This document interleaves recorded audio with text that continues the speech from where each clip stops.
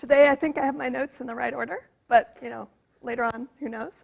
That was a problem yesterday. So how many of you attempted at least one question from one of the lectures all day yesterday? Okay, great. And I got to get your blood moving, right? Okay, and so how many of you talked to at least one person about one of the questions in the lecture? Excellent. Okay, and how many of you talked to at least one new person that you hadn't talked to before about mathematics yesterday about a question? Excellent. Okay, that's even better. So that's one of the real reasons, to come to a workshop, right? You can learn this material sitting at home, reading a book, but it's a lot more fun, a lot better. You're going to learn it more by talking to other people. Okay, one more question. How many of you helped someone else out on a question, even though you already knew the answer and had no interest in the question? Okay, maybe I should have loaded it quite that badly. Okay, without the no interest in the question, how many of you helped someone else out on a problem, even though you had already, learned that material for yourself? Okay, so many of you are probably going to go on to academia in your future, and you're going to be teachers. Guess what? Teachers do. And guess what? We often learn by doing it, right? I mean, I learned something by preparing these lectures. Even the basic stuff, I learned something by going through it again. Huh? Even though I had no interest in the material.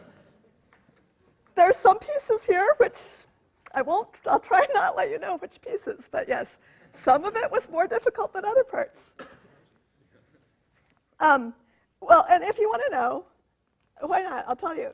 So, when I said yes to Introduction to Stable Homotopy Theory and Spectra, what I immediately thought of was, the type of stuff I do with my research, spectra, ring spectra, and if I'm lucky, the last 2 minutes on Thursday, I might say something about that, okay? So that is another thing you learn when you're giving courses, is that the stuff you want to jump in and talk about might not be what everyone else might benefit from hearing. So we'll see. Maybe I made the wrong decision. Okay, enough of that. Oh, no, not enough. I had a couple more questions I wanted to ask. How many of you Googled a question that you saw in the lecture? No one? That might be because we didn't have internet. No, you had internet as soon as my lecture was done. The air conditioning started in the middle of my lecture, I noticed. Okay, no one Googled. I Googled a question I asked. I did. Because I knew where the answer was, but I wondered if I could find an answer online, because I didn't want everyone to go to the same book in the library. Okay, and how many of you used a library reference to answer your questions? Okay, how many of you used a library reference online? Okay, good, a couple of you. Wow, okay, even I, old-fashioned as I am, use a lot of online references to answer questions. So maybe I should mention a lot of this material is in Hatcher. Hatcher is an online book, so even if you don't have it with you, you can always get it again. There are computers upstairs, but okay, no, you should be talking to each other, not books. Okay, enough, keep going. At the end of the lecture last time, someone asked me a question about the relationship between the relative homotopy and the quotient space homotopy.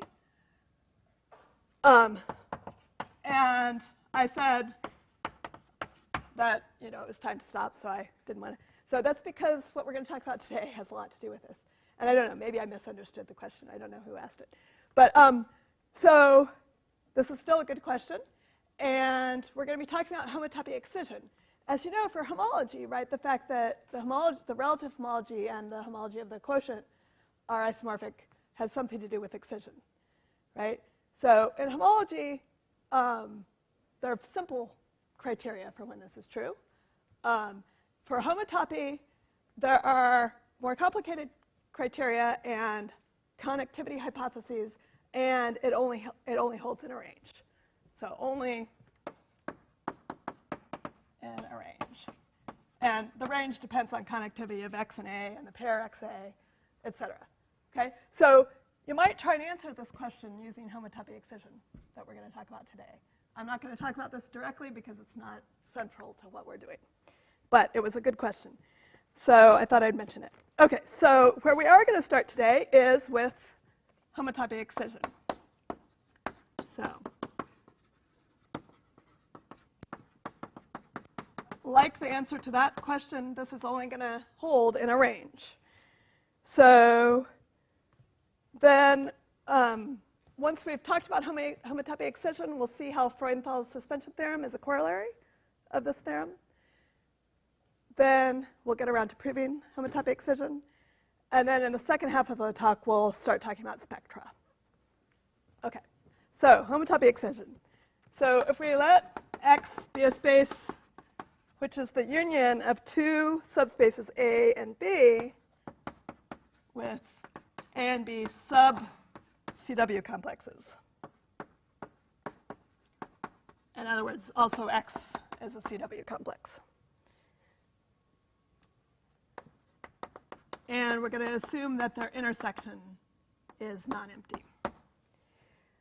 Okay, so then if the pair A relative to A intersect B is M connected,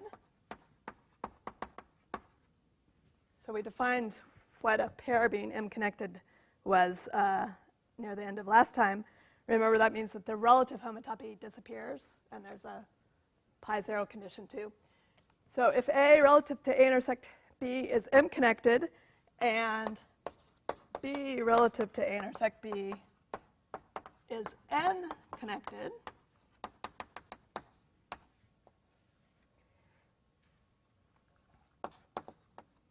for Mn greater than or equal to 0, then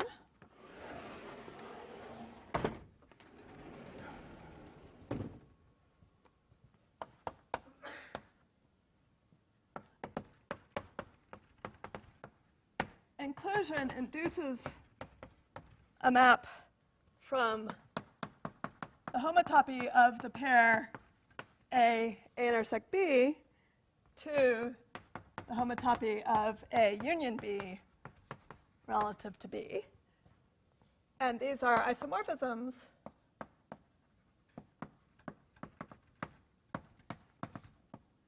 for a range I less than M plus N, and surjection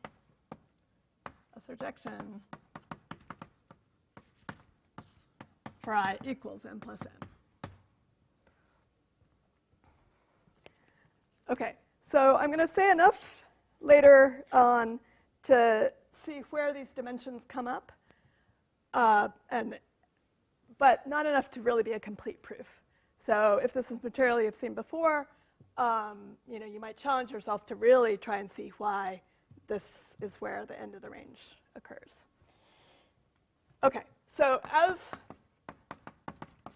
I was mentioning before, homology excision always, well, under these conditions, let's say this. So this map in homology, if I take the relative homology of A relative to A intersect B to the homology of A union B relative to B, then this is an isomorphism for all I, for all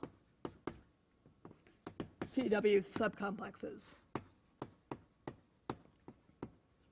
So I still need the CW condition, but I don't need the connectivity conditions.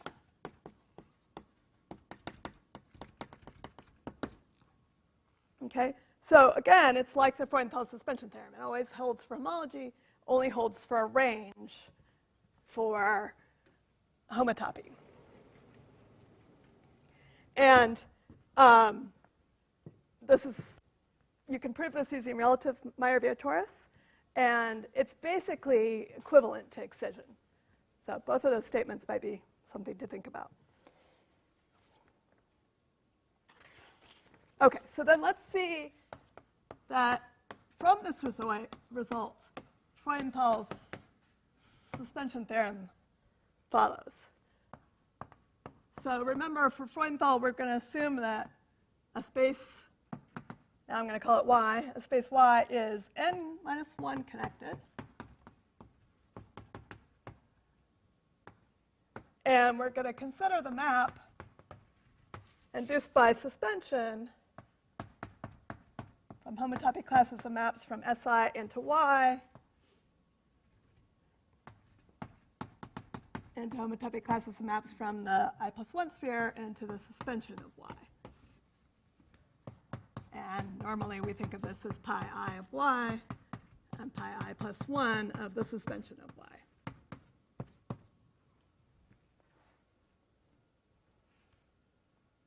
Okay, so we're going to show this as an isomorphism in a range and then a surjection at the top of the range. So we're going to use the fact that the suspension is the union of two cones, and then we're going to think of Y as A intersect B, A as the positive cone on Y, and B as the negative cone on Y. Okay, so then A union B is the suspension.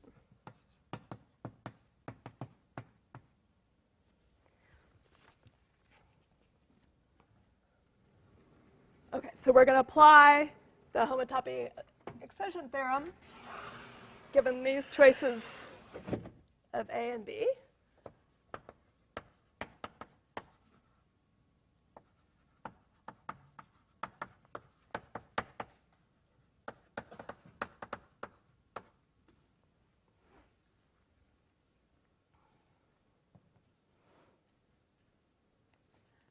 Okay, but before we do that, we need a fact.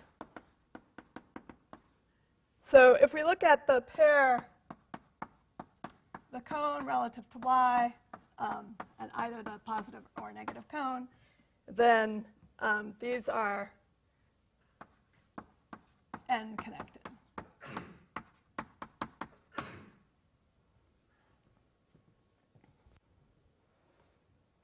So why is that? Well, you have the long exact sequence. So you can look at the homotopy of the cone, the homotopy of Y, the homotopy of the pair. I said that in the wrong order. So two of those have lots of zeros for their homotopy, right? I assumed that Y is n minus 1 connected. So that tells me pi I vanishes for n minus 1 and lower. The cone on Y is homotopic to a point, so all of its homotopy vanishes. So then you get that the pair has homotopy vanishing in the right places. Okay, so given those connectivities, we are going to see that the homotopy excision applies, right? So here, this is A relative to A intersect B and B relative to A intersect B. So we have N connectivity for both cases. So here, M equals N. Okay? And the homotopy excision problem. Okay, so then the theorem implies that I'm going to put in a I plus 1. So pi I plus 1 of the pair cone on Y relative to Y going to pi I plus 1 of the union, which is the suspension, relative to B, which is the negative cone. So the theorem applies that this map is an isomorphism for I plus 1 less than or equal to, less than 2n.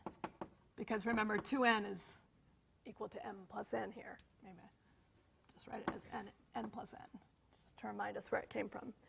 And it's surjective for I plus 1 equal to 2n. Okay, that doesn't look quite like what we wanted. We want instead the homotopy of y and the homotopy of the suspension of y. But we can get there. So consider the long exact sequences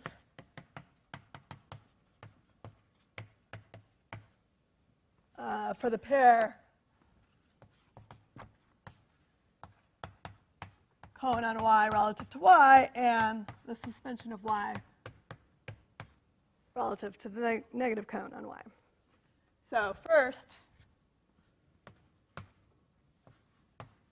looking at the first pair, I have, say, let's start with pi I plus 1 of the cone on y. That goes to the pair.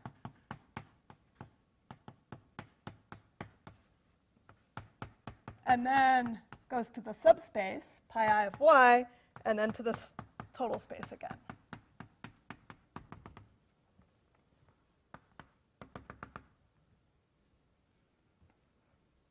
Okay, but the cone is homotopic to a point, so these groups always vanish, leaving us with an isomorphism here. So we see that pi I plus 1 of the cone relative to y can be replaced by the homotopy of y. Good? We're closer? Okay, and now we want to be able to replace this pair with the suspension. So let's see. Again, let's start with pi I plus 1 of the cone, but here this is the subspace. So that includes into pi I plus 1 of the total space, the suspension. And that goes to the pair.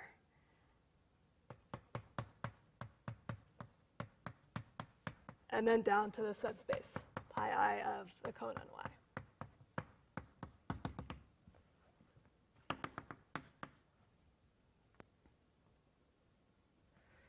Okay, so again, the homotopy of the cone vanishes.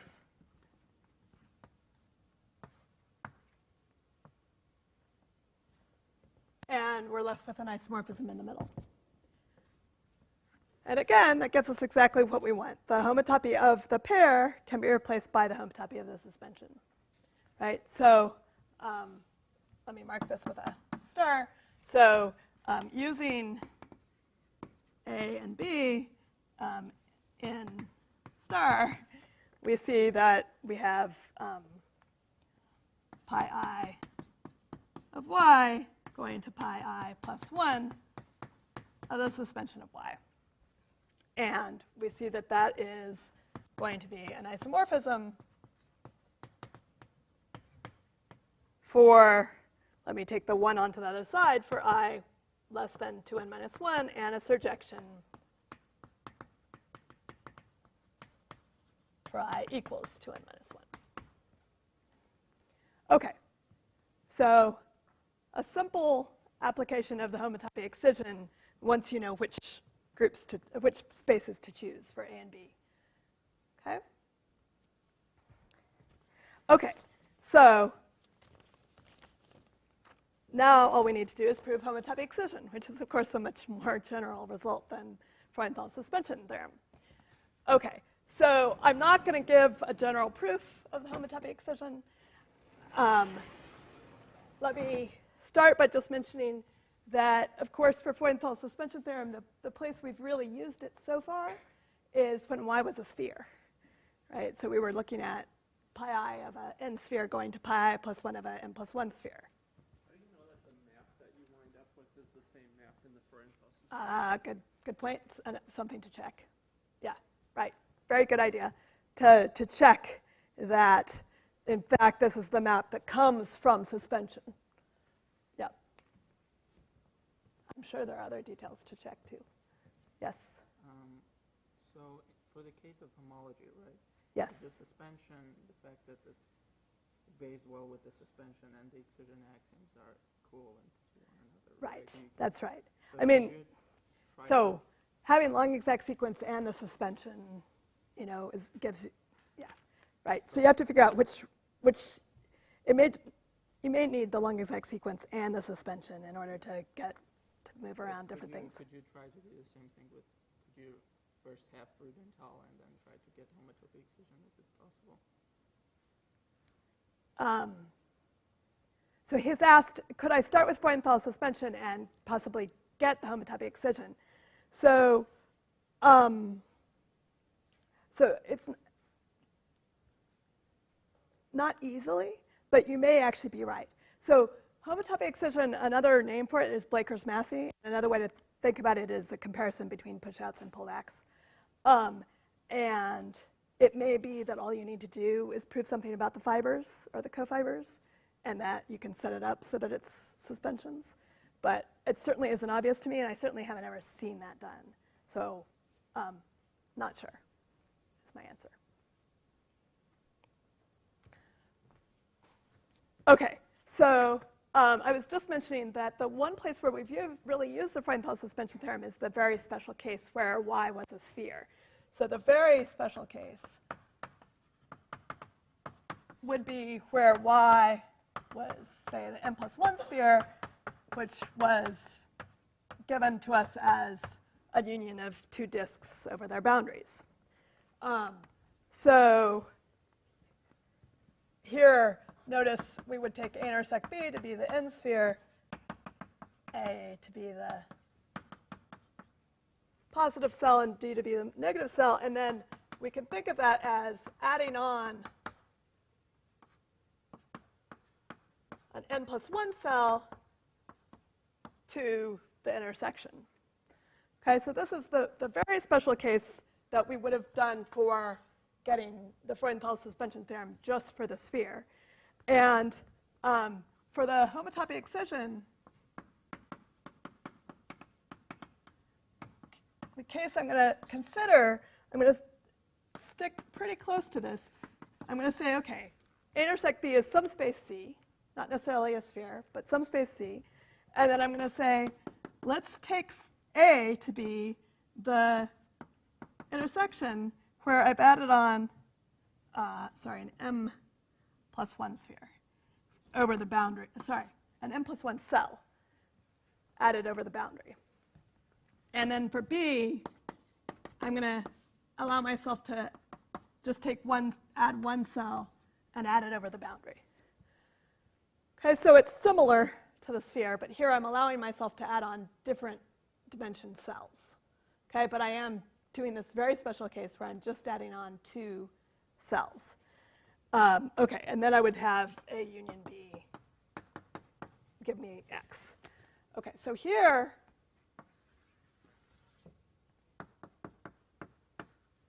notice that A relative to C is M connected.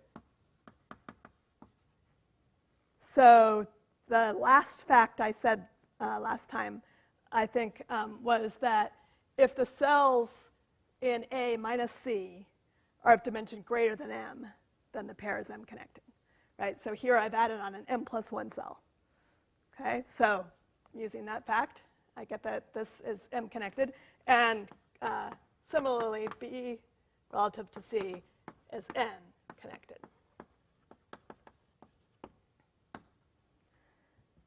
Okay, so again, that's because the cells are in higher dimensions. Okay, so I'm going to say a little bit more in detail about this particular case. But let me just now wave my hands broadly, very broadly, about how one might prove the homotopy excision theorem in general. So it's going to be similar to this. You start with an intersection. Everything's relative to the intersection. And then for A, I'm going to be able to add cells of dimension m+1 or higher.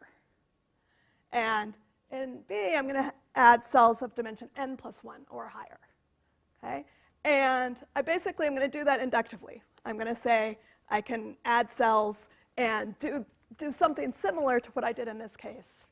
And it will always keep working. Okay? And then when I come down to looking at the homotopy, I'm going to say, well, when I take a homotopy class of maps from the I sphere in, then that's compact, so it's only going to hit finite many cells. So my induction works.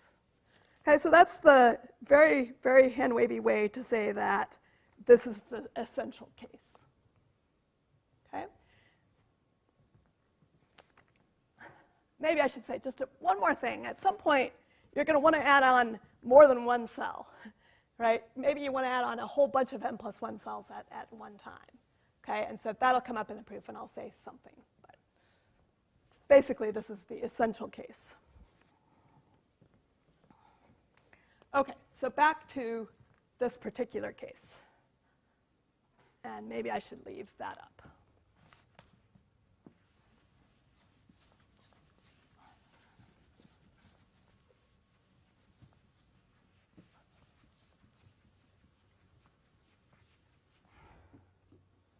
Okay, back to the essential case.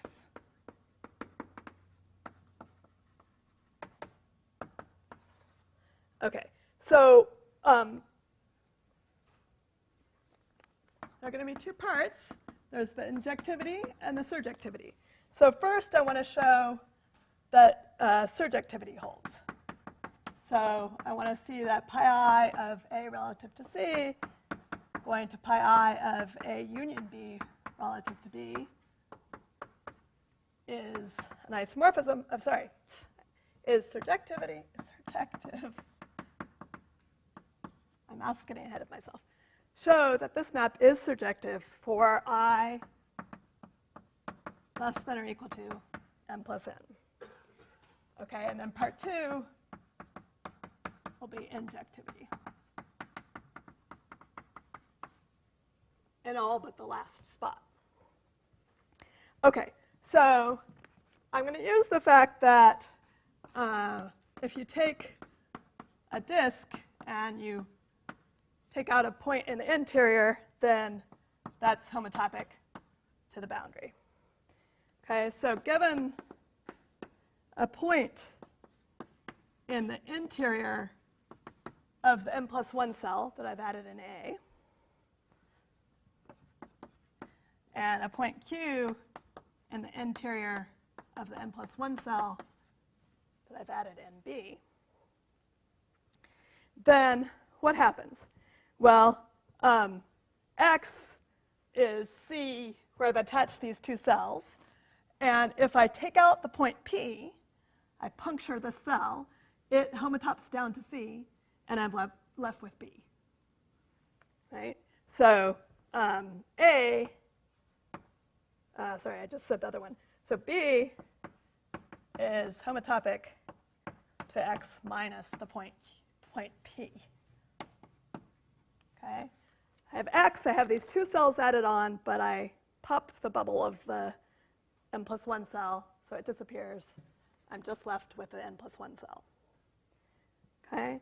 Similarly, if instead I had taken out the point Q from the disk that is the n+1 cell, it's homotopic to its boundary, so then X becomes just C union the n+1 cell. And similarly, if I take out both of these points in the interiors, the two added cells both homotop down onto C, and I just get C. Okay, so I see some faces that don't quite follow, so I'm going to write that as a fact to remind you. It's a good thing to check.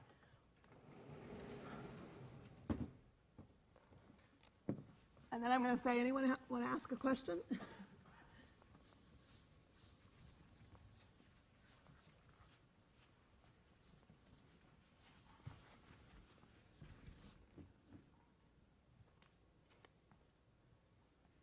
No.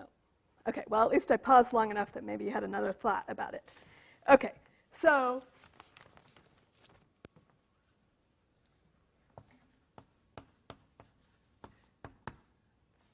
when I'm looking at these relative homotopy groups, I can replace my spaces A, B, and C with these other spaces. Okay? So I'm going to get a new way to write the map I'm interested in.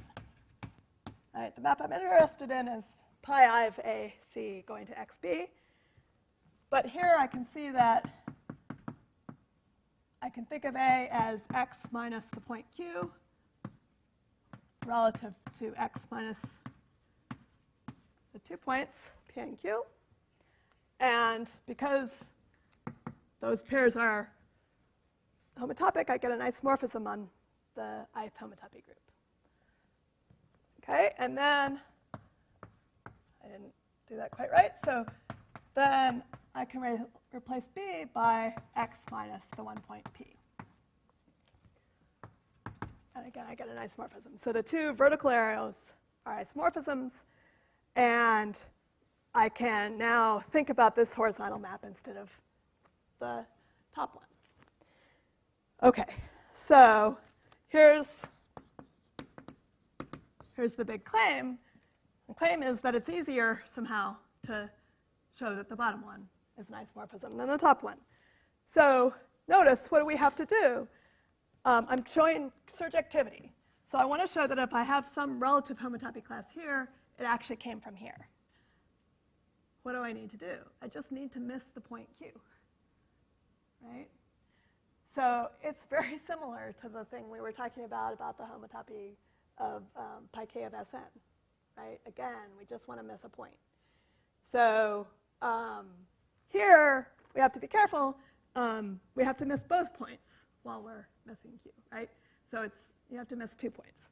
Okay, so let me write something down. So the claim is that for I less than or equal to m plus n, for any homotopy class that we're given in here, then I claim there exists a map G such that F is homotopic to G and P and Q are not in the image of G. Okay, so that's in writing what I was alluding to before. So if that claim were true, then the horizontal maps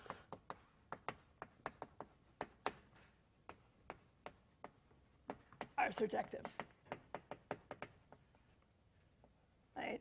So G, the homotopy class, you could think of it as being sitting inside the source here, x minus q relative to x minus pq.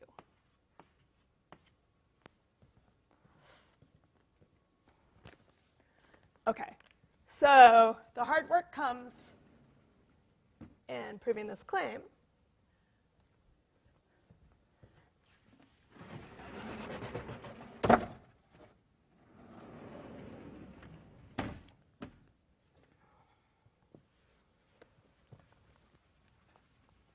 One approach is to use some linear approximation theorem.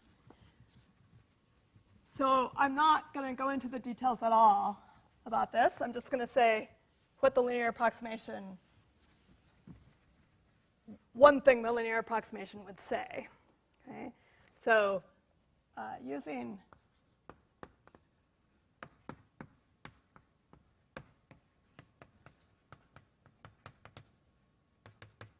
linear approximation, in other words, big black box, I am going to say that F, the map I started out with, is homotopic to some map H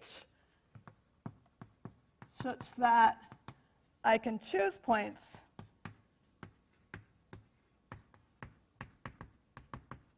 P and Q as above. So that P is in the interior of the n plus 1 cell, and Q is in the interior of the n plus 1 cell.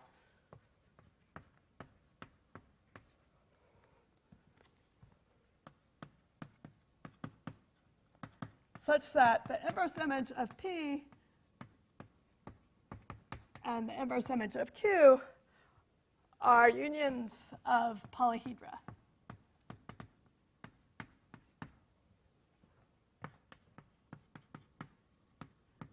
Okay, so I'm linearizing in a neighborhood. I take a very small simplex sitting inside the n+1 cell or the n+1 cell.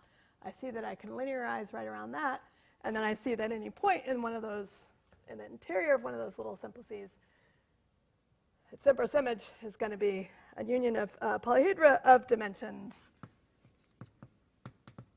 Here's the key.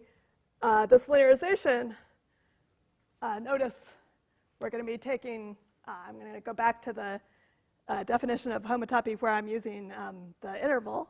So I'm going to be taking a map from I to the I in, right? I'm looking at pi I.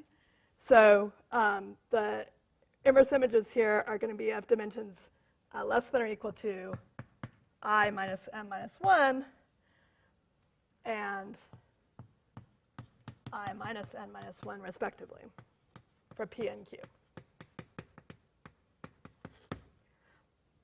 Okay, so that's where these dimensions show up, right? I mean, the dimensions matter when you're doing this linearization. So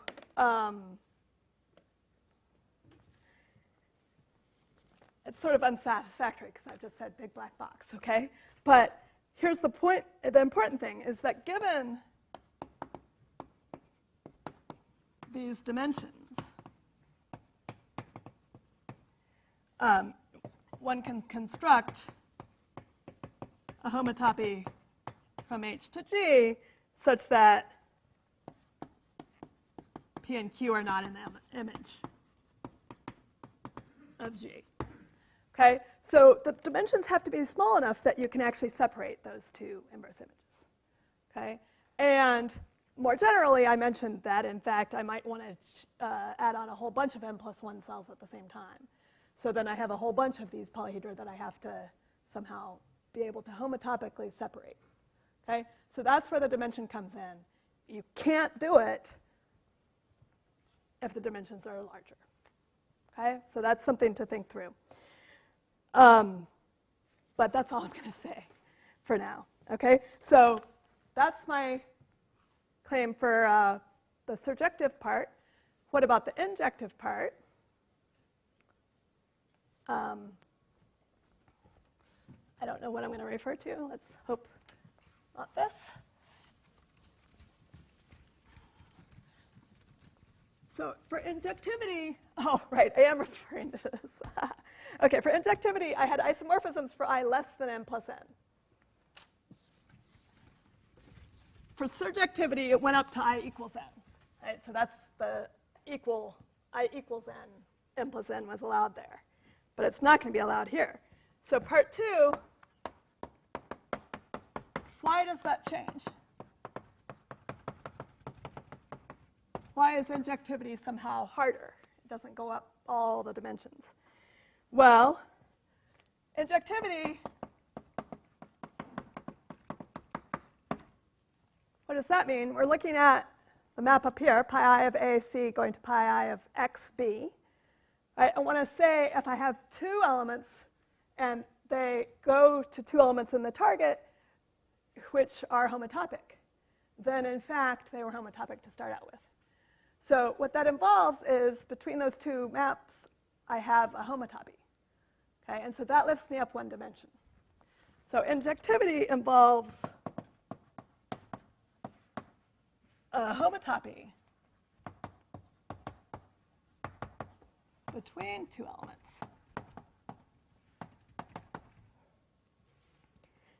And hence involves maps out of I plus 1-fold product of the interval instead of the I-fold product. So using the arguments above,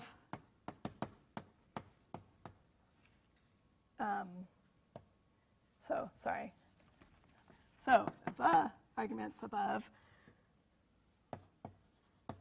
work for I plus 1 less than or equal to n plus n,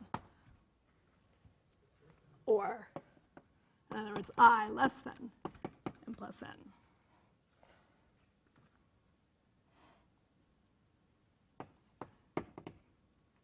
And that's what was needed for the theorem.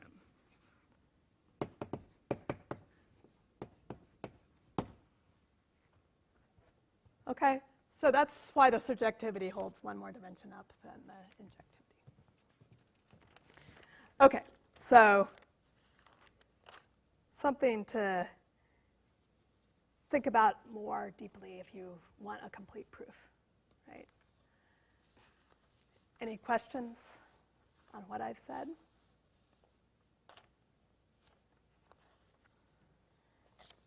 Okay, so that finishes the part about Freudenthal suspension theorem.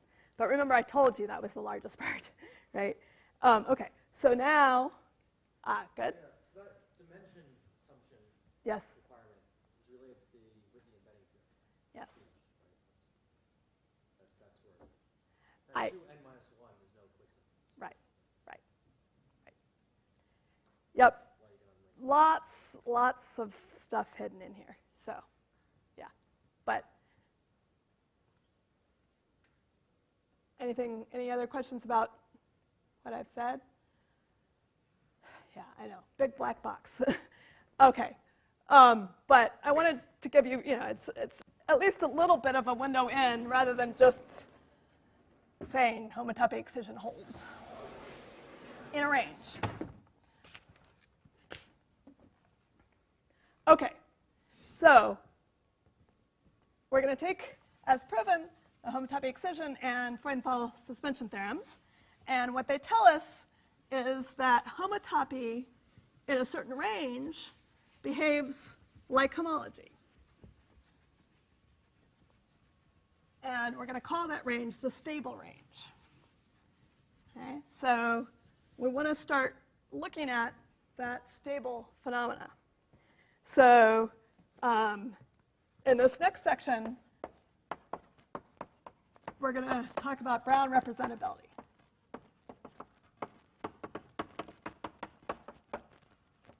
And as I mentioned last time, Brown representability is going to involve two main things. It's going to involve spectra and cohomology theories. And both of those are sort of the main objects that we study in stable homotopy theory. So the first part of this section is going to be an introduction to spectra. You saw a little bit yesterday in our talk on cobordism, and we'll see a little bit more today. So the first section will introduce spectra, then we'll actually state the theorem and talk about cohomology theories.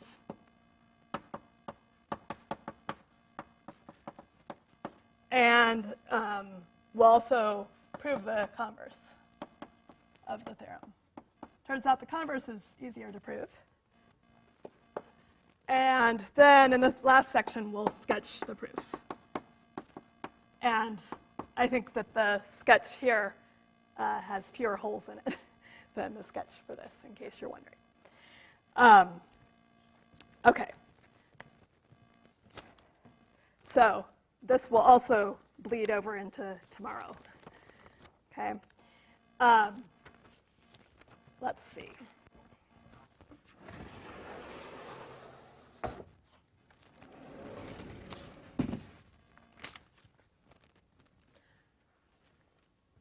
Okay, so we've been talking about the unreduced suspension because I wanted to try and keep things as simple as possible for that first talk.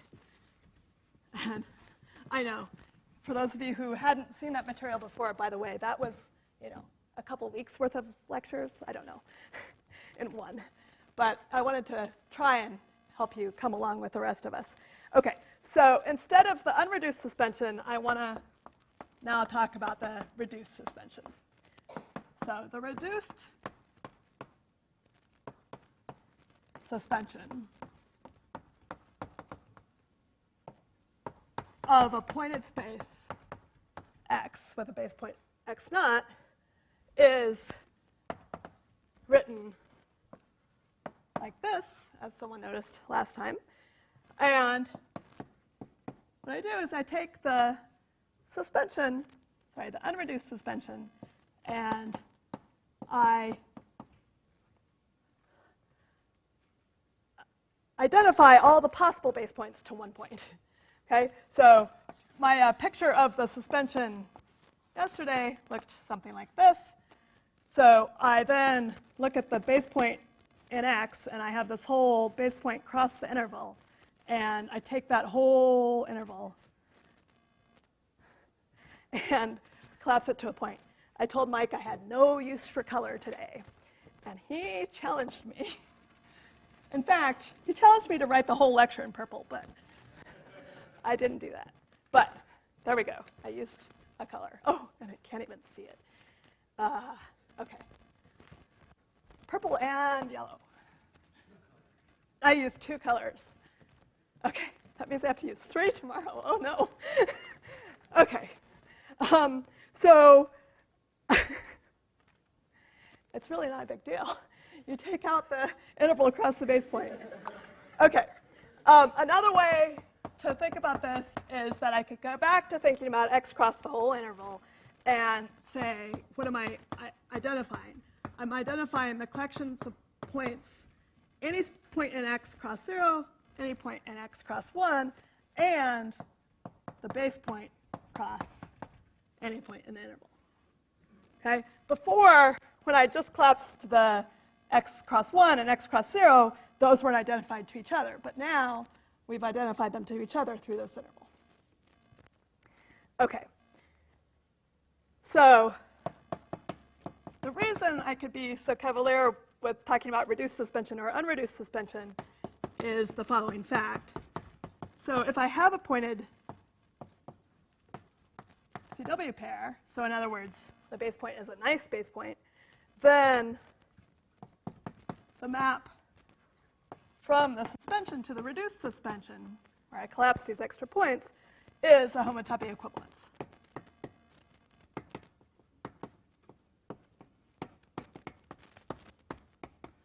Okay, and I've been a homotopy theorist so long that I can't tell the difference between homotopy equivalent spaces.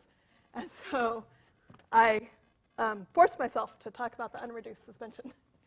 Notice, I can't tell the difference about them, but I only think about this. Okay?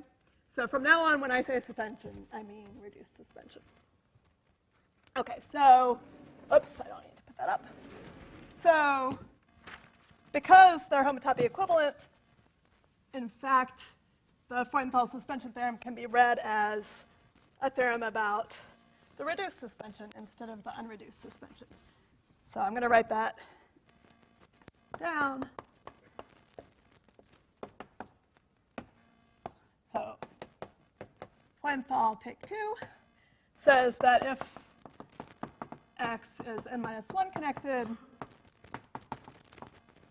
and a CW complex, then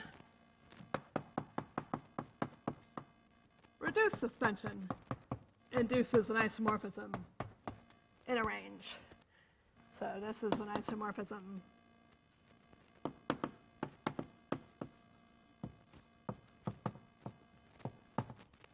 for I less than 2n-1 and surjective.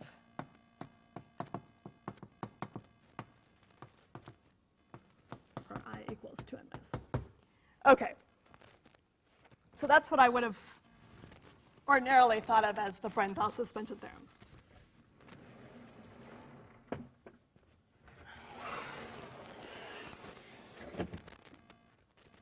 Let me write this up here. So notice when we take suspensions, we get more and more connected. So first of all, the suspension of x is 0 connected.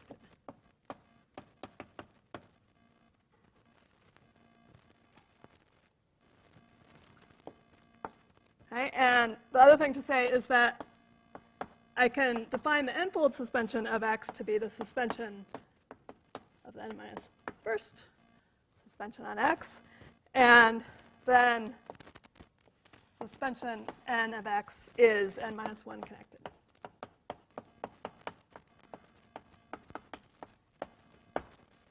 Okay, so you can use Freudenthal's theorem to prove that.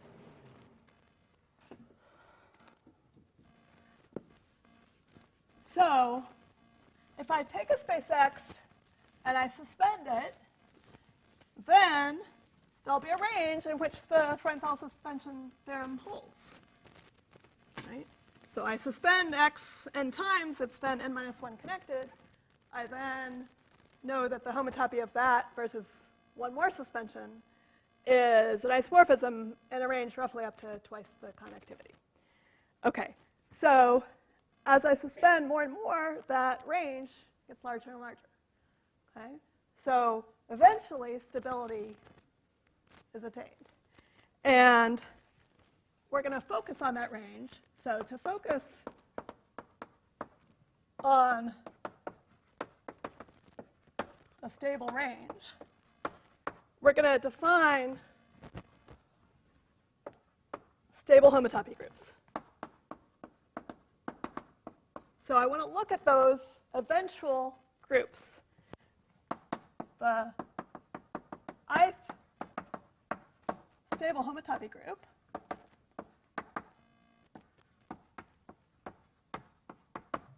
of X is defined to be the limit of these groups. So I take pi I plus n of the nth suspension of X. And as I mentioned, eventually, namely once I is less than n, or less than n minus 1, n minus epsilon, then you've actually attained the stable range. So this is the limit over over n, oops. And once I is less than n minus 1, then the limit is attained.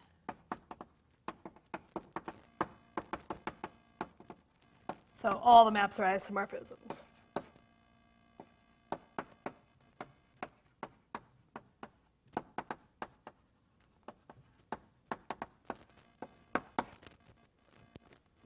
Okay? So I could just define the stable homotopy group to be some particular choice of pi I plus n of suspension n of X, but see, causes fewer problems to just define it this way. Okay, so these stable homotopy groups of a space X have all the nice properties of homology, right? The Freudenthal suspension theorem, the homotopy excision theorem, showed that, at least as far as suspension excision are concerned, the stable range acts as if it was like homology. Okay, and in fact, that is true. So the stable homotopy groups of a space X is what's called a generalized homology theory.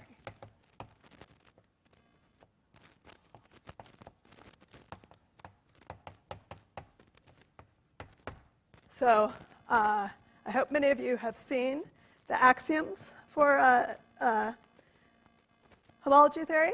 If you saw the axioms that it contained the dimension axiom, here the generalized refers to the fact that I've thrown out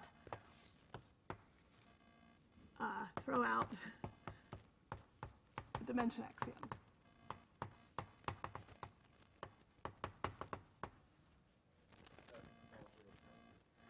What is the dimension axiom? I'm not going to talk about it because it's thrown out. Okay, you can go look it up. But I am going to be talking about the axioms in a minute. So if you don't know about the axioms, I'm going to talk about the axioms for cohomology theory. So let me not talk about the axioms for homology theory right now.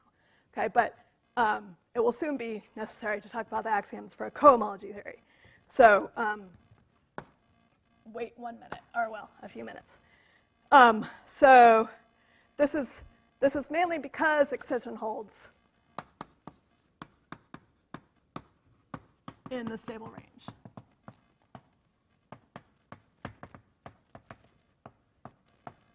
Okay, so yesterday I talked a little bit about the higher homotopy groups being harder to calculate than homology because they were such powerful invariants, right? They actually detect homotopy equivalences, therefore they're very powerful, therefore, unfortunately, they're hard to calculate. So stable homotopy groups act a little bit more like homology. So they're a little more simple to calculate. That doesn't mean we can actually calculate all of them. We still have a job. So we are working on this. And as I mentioned last time, again, one really wants to understand families of elements. Maybe I should say, the new holy grail of stable homotopy theory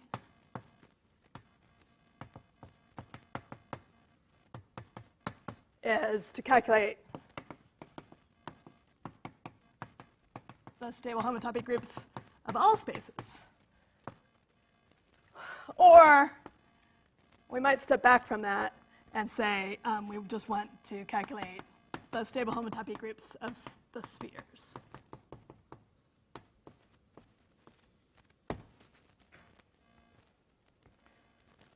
Okay, so for stable homotopy theory, this is the main point.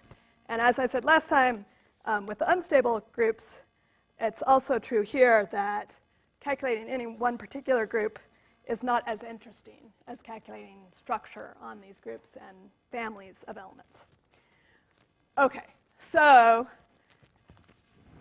I'm not going to talk much more about the stable homotopy groups directly, but let's look at what we're doing here. Instead of just looking at the space X, I'm actually looking at X and all of its suspensions at the same time. I'm saying, one particular homotopy group of a space is interesting, but somehow looking at them all at the same time simplifies things. So stably, we study the sequence of spaces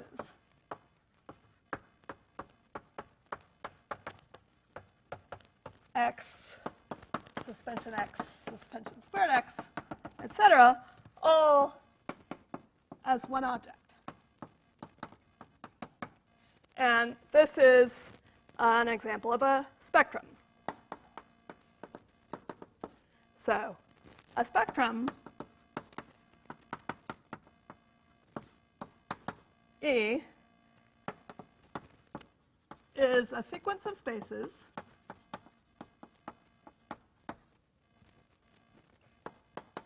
E0, E1, etc., together with structure maps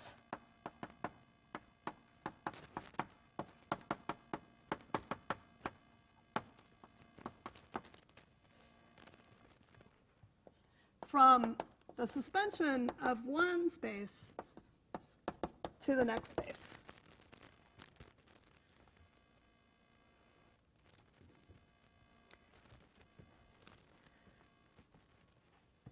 So the list of spaces I have above, X, the suspension of X, etc., forms a spectrum. In that case, the structure maps are actually the identity. So let me write down that example. We could take the sequence of spaces to be the nth suspension of X. And then the structure maps, well, I take the suspension of the nth space going to the n plus first space, but that was, by definition, what the n plus first suspension was. Okay, so for the list of the suspensions, that becomes a spectrum, and the structure maps are just the identity. So this is called the suspension spectrum of the space X.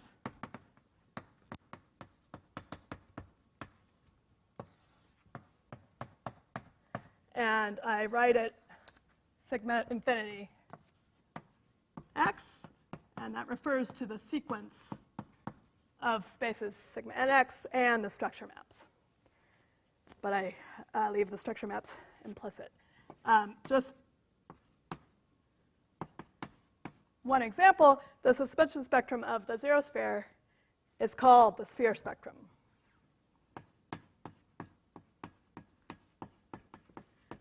And it plays a very important role,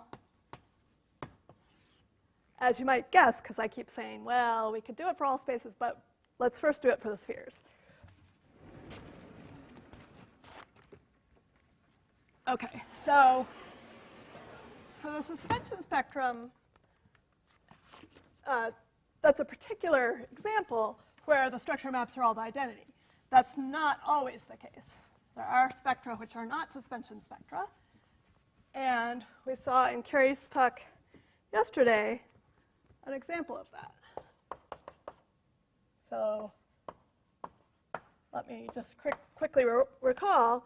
So we could take the nth space to be the Tom space associated to the canonical n-plane bundle over BON.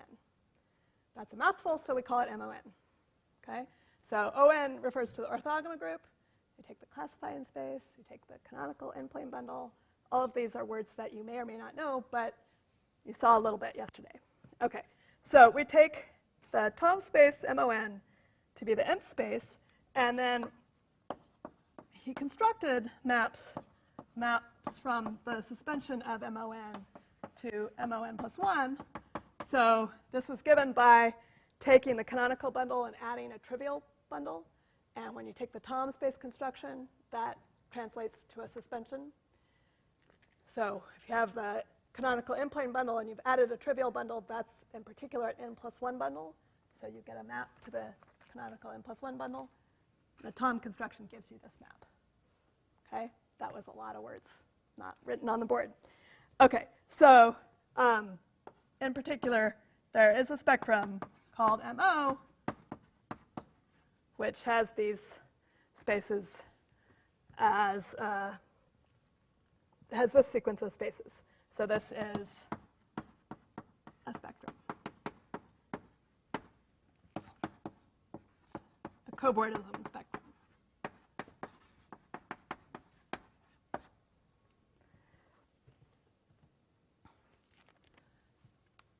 Okay, so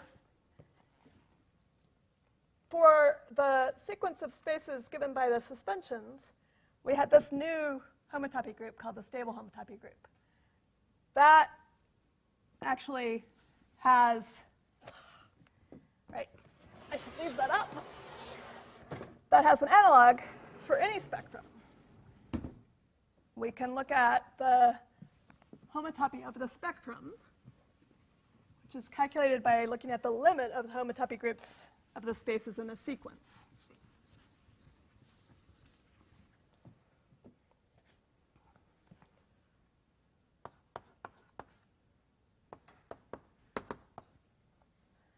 So for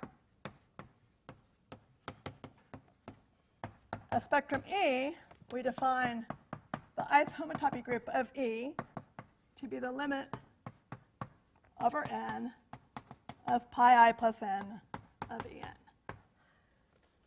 So here, we're using maps.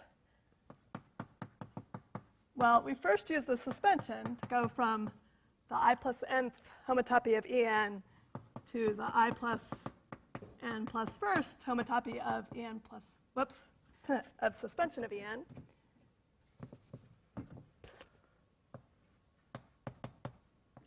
Okay, so that's the map we were studying in the Freudenthal theorem. And then we use the structure map to see that we get a map to pi I plus n plus 1 of En plus 1. Okay, so those maps are the maps that are in the limit. Okay, so notice these are defined even defined for any integer I. So the homotopy group pi I plus n needs I plus n to be positive, but eventually it is, right, as soon as n is bigger than I. Sorry, bigger than the absolute value of I. Okay, so these are defined and not necessarily 0.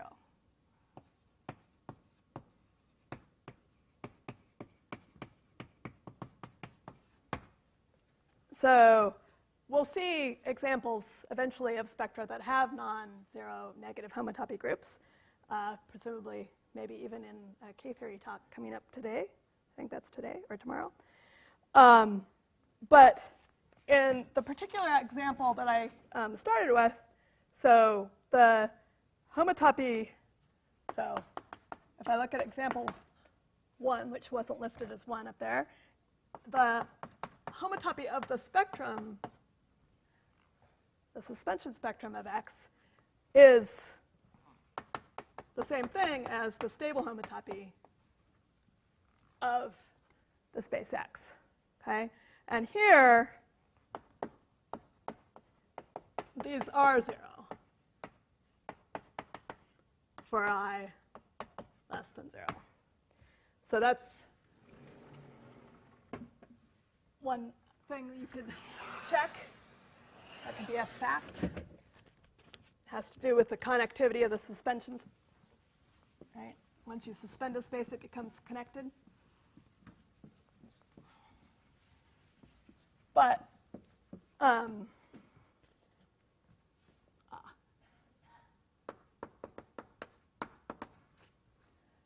the homotopy of this other spectrum, the cobordism spectrum, we also saw. So pi I of MO was appeared in the talk yesterday by Carrie. And in fact, we saw that it had a very interesting answer, right, to the classification of cobordism classes of I manifolds, right? And let me just say that sometimes that's written omega sub I upper O. That's not a 0, that's an O for orthogonal groups. And right, these are cobordism classes of smooth I manifolds.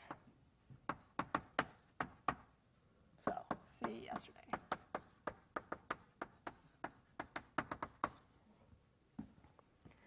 Okay.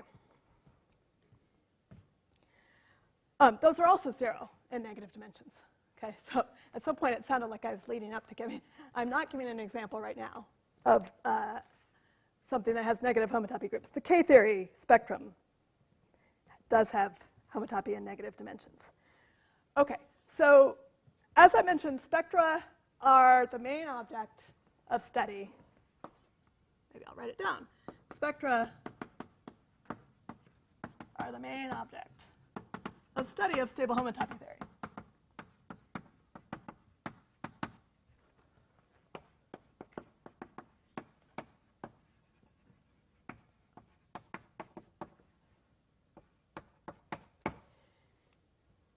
So they're associated to cohomology theories, and I will hopefully soon tell you about that.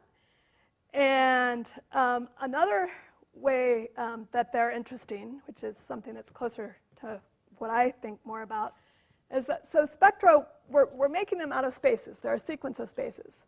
But in many ways, they are more algebraic than spaces. So they're sort of halfway in between the category of spaces and chain complexes. Okay? So chain complexes, of course, are very algebraic category. Spectra do not have all of those properties. But somehow, if you want to understand spectra, often you want to think about them as spaces. Sometimes think of them as an analog of chain complexes in another way. And that was my 1-minute version of what I really want to be talking about. Okay, but I'm not going to say much about it. But knowing more about chain complexes is a good thing. Okay, so this was the first definition of spectra. Another definition involves a different way to talk about these structure maps. So in order to talk about that, I need to introduce loop spaces. So I want to get this in so that you have a chance to think about it before we use them next time.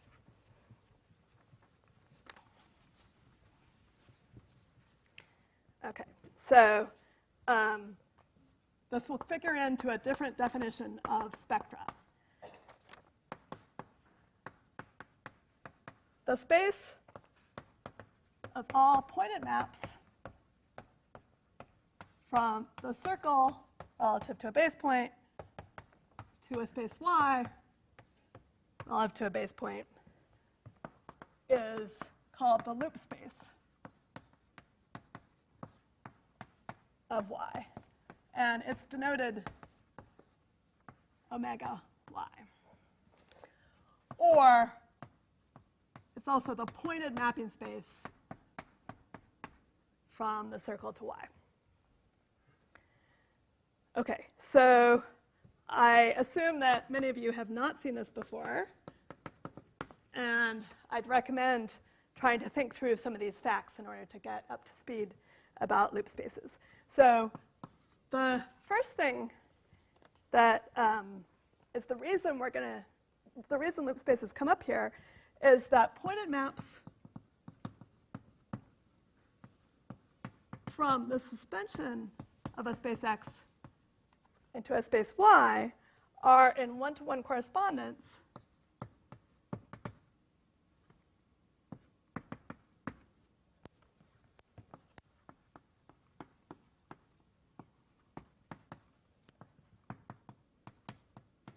with maps from X into loops Y. Okay, so if you are unfamiliar with the reduced suspension and the loop space, it might be useful to first consider the unpointed version. So if you want to consider maps from X across the circle to Y versus maps from X to, well, there are different notations, but to unpointed maps from S1 to Y. So this is unpointed.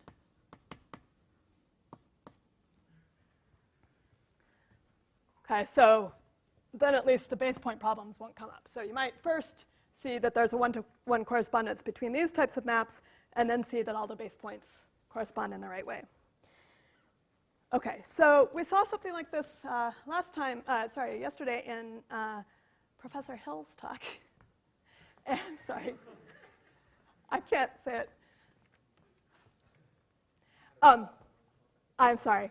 I laughed even when people called me Brooke Shipley yesterday. So, okay. Please call me Brooke, by the way.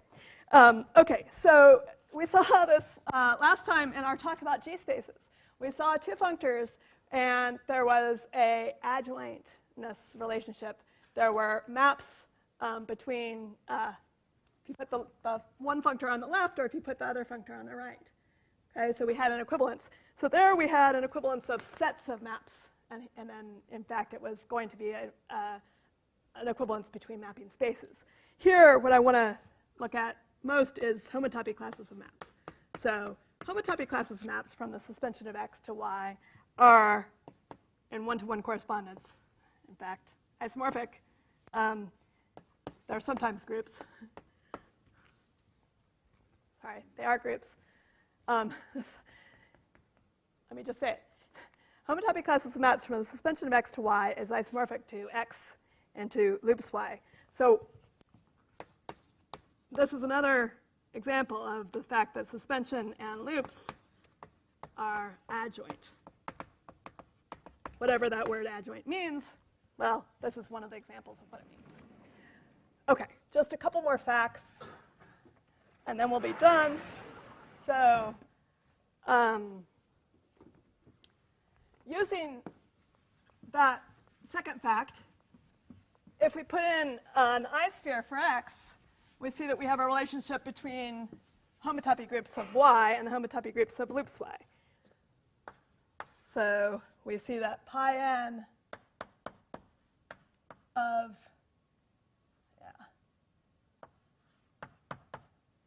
sorry, let me write it the other way around. So pi n plus 1 of Y is isomorphic to pi n of loops Y. So that's using that direction up there.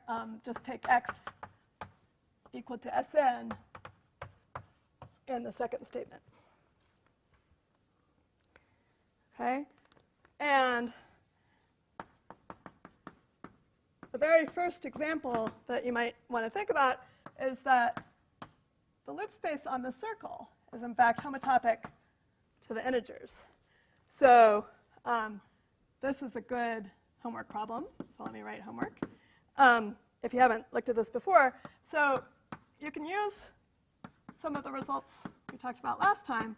If I want to look at the higher homotopy groups pi n of loops of S1.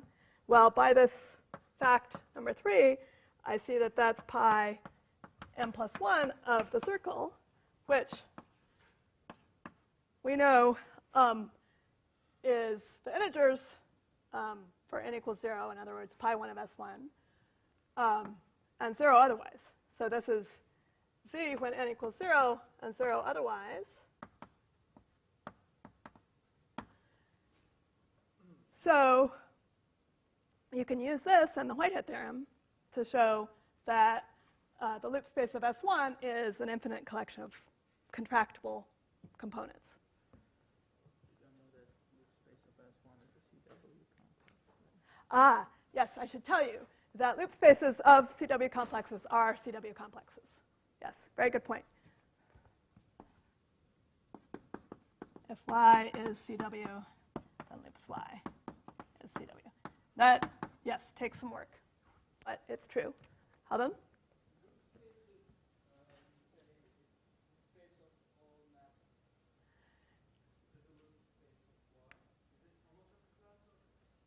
No, it's all maps. So the underlying set is the set of all maps from the circle to Y, all pointed maps from the circle to Y.